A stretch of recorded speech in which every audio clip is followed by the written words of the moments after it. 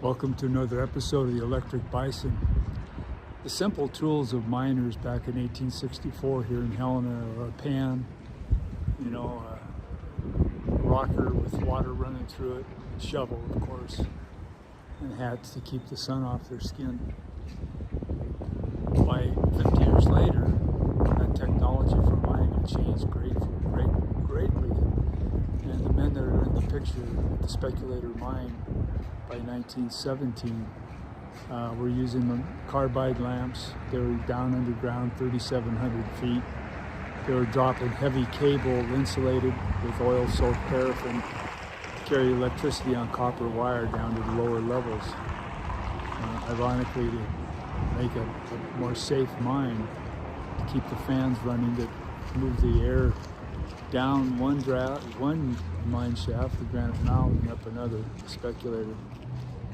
Unfortunately, in June 8th, 1917, there was a terrible fire that became the largest, worst hard rock mining disaster in American history. It still is. 168 men were killed. 155 never got out from under the ground.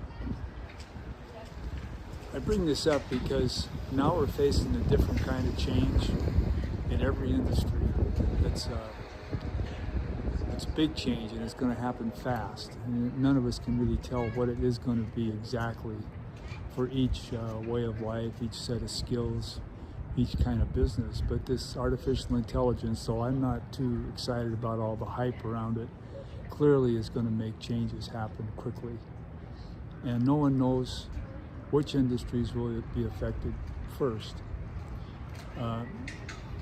So I've interviewed a guy named Ken Case on the link that says organizing labor to ask him how people who work in industry can organize themselves better to get the best chance of being able to have the resources needed to adjust agilely, adequately, quickly, and hopefully in cooperation with their employers.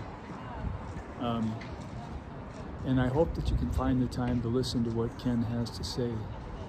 He really has a lot of experience. It's very simple how people can organize themselves, not with necessarily an eye to getting more money out of their employer, but with an eye to getting